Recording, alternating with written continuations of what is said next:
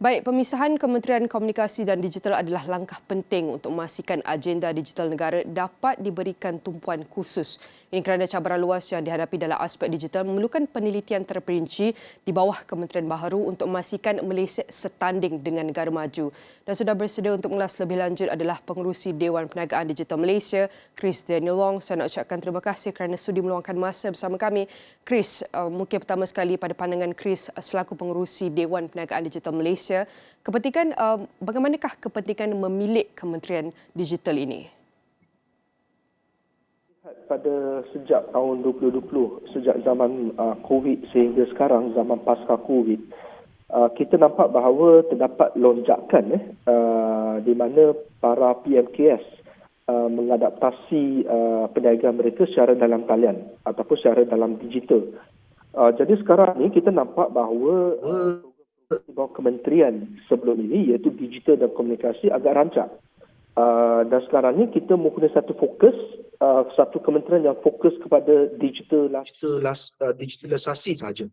Jadi apa yang kita harapkan kepada kepimpinan kementerian yang baru ini ialah terus melaksanakan program yang sedia ada seperti program 5G rollout di seluruh negara dan juga program Go 100 di bawah pimpinan MDEC, di mana mereka membantu para PMKS untuk terus berada di dalam kata landasan digitalisasi tersebut.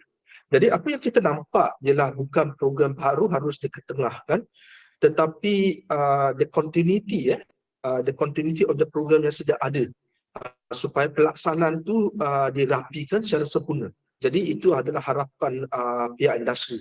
Dan pada masa yang sama kita juga mengucapkan tahniah kepada YB Govind pulang ke Kementerian Asal beliau, dan kita berharap di bawah kepimpinan beliau kementerian tersebut dapat melangkaui KPI yang telah orang kata mereka letak dan juga jangkaan daripada ataupun harapan daripada pihak industri.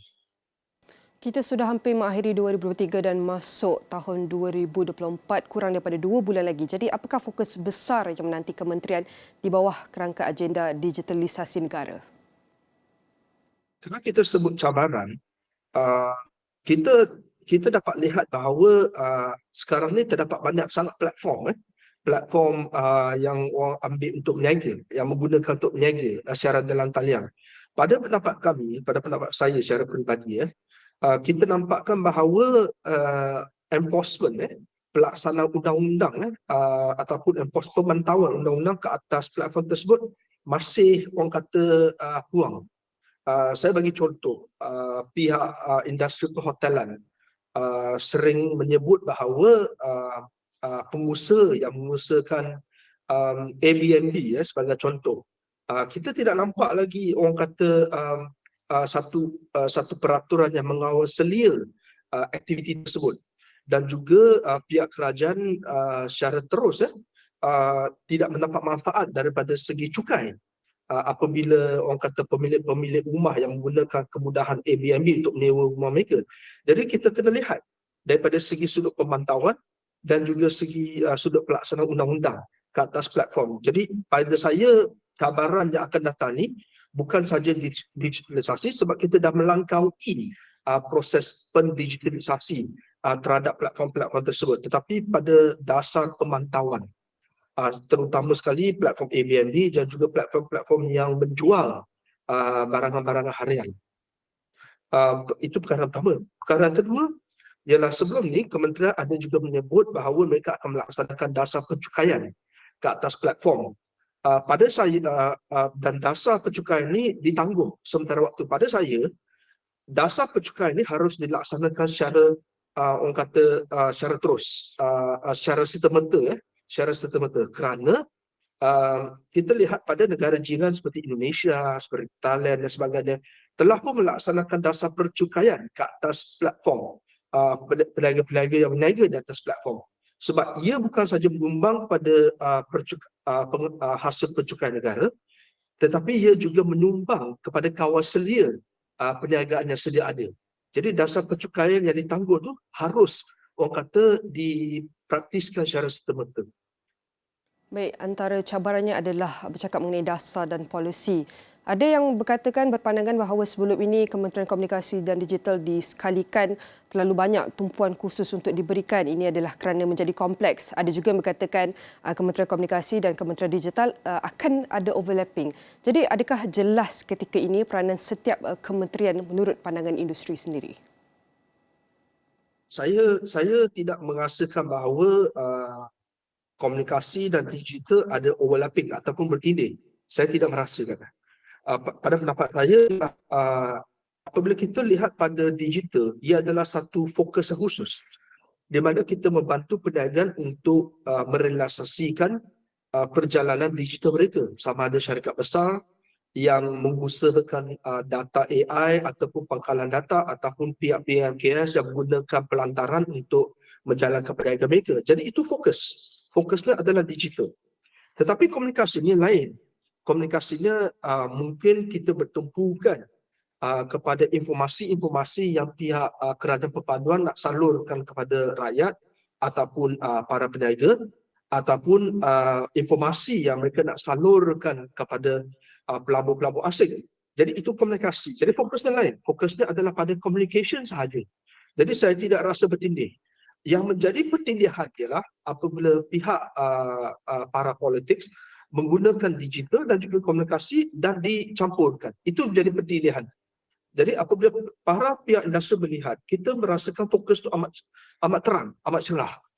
Jadi kita alu-alukan keputusan Yang Berhormat Perdana Menteri untuk mengasingkan portfolio tersebut. Walaupun kita nampak pada mulanya ada pertindihan, tetapi apabila kita lihat pada fokusnya, kita nampak lain.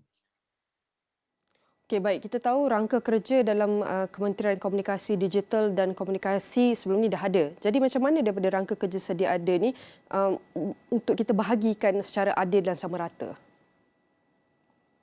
Apa yang saya sebut tadi ialah apabila kita lihat pada sektor ataupun industri yang sedang di dalam perjalanan digital, kita tidak mengharapkan polisi baru ataupun program baru, bukan polisi baru tetapi program baru. Apa yang kita mengharapkan ialah pimpinan yang baru itu fokus kepada program yang sedia ada, memperkasakan program yang sedia ada supaya perjalanan digitalisasi para pihak PMKS dijaga secara baik, dijaga secara rapat. Saya sebut tadi, perjalanan digital pihak PMKS telah pun melangkaui mengadaptasi digital. The days of digital adoption is over actually. Kita dah melangkaui. Jadi mungkin tahun harapan perjalanannya ialah bagaimana kita menterapkan seperti contoh unsur ESG di dalam perjalanan digital. Bagaimana kita menterapkan unsur sustainability, kemampanan di dalam perjalanan digital. Jadi dia programnya sama, tetapi KPI atau KRA-nya mungkin berlainan. Sebab kita dah melangkaui dah proses mengadaptasi digital. Dan kita harus fokus pada digital ESG, kemampanan digital dan sebagainya. Itu yang para pihak industri mengharapkan. Baik, mungkin dengan jawatan baru ini sedang berlangsungnya pelarasan kerja daripada skop tugas. Jadi bergerak ke hadapan dengan mengatakan iaitu jangkaan ekonomi global dijangka bertumbuh sederhana. Bagaimanakah harapan terhadap Kementerian Digital dalam memperkasakan ekonomi digital kita bergerak ke hadapan? Memang kita tidak nafikan bahawa the global growth, pertumbuhan ekonomi dunia rata-ratanya orang kata merundum sedikit. Jadi apa yang kita patut fokus ialah high-end services, services yang menggunakan kepakaran ataupun kemahiran yang tinggi. Jadi kita harus bina tenaga kerja mahir supaya kita dapat berdaya saing bukan di kelompok pertekahan. Kita dapat berdaya saing di kelompok atasan. Sebab kita kena fikir dan kita kena rasional tahu bahawa apabila kita berada di high end, servis atasan, servis di peringkat atas tu, servis tersebut orang kata tidak dapat dielakkan, seperti shared services, data center, seperti penghasilan tenaga hijau dan sebagainya. Jadi servis-servis ataupun industri sektor sebegini akan bertumbuh walaupun industri indikator ekonomi global tu orang kata slow down menurun. Jadi kita kena fokus pada industri seperti ini. Dan industri seperti ini dalam masa tahun 15 tahun ataupun 20 tahun yang akan datang masih akan menawarkan peluang pekerjaan kepada tenaga mahir kita. Jadi itu yang kita harus fokuskan. Terakhir sekali, Chris, pada pandangan Chris, media sosial ini sesuai di bawah Kementerian Digital atau di Kementerian Komunikasi? Daripada segi enforcement adalah pada pendapat saya peribadi di bawah Kementerian orang kata komunikasi. Mungkin MCMC Multimedia Commission harus diletakkan di bawah MCMC sebab harus diletakkan di bawah komunikasi. Sebab itulah enforcement.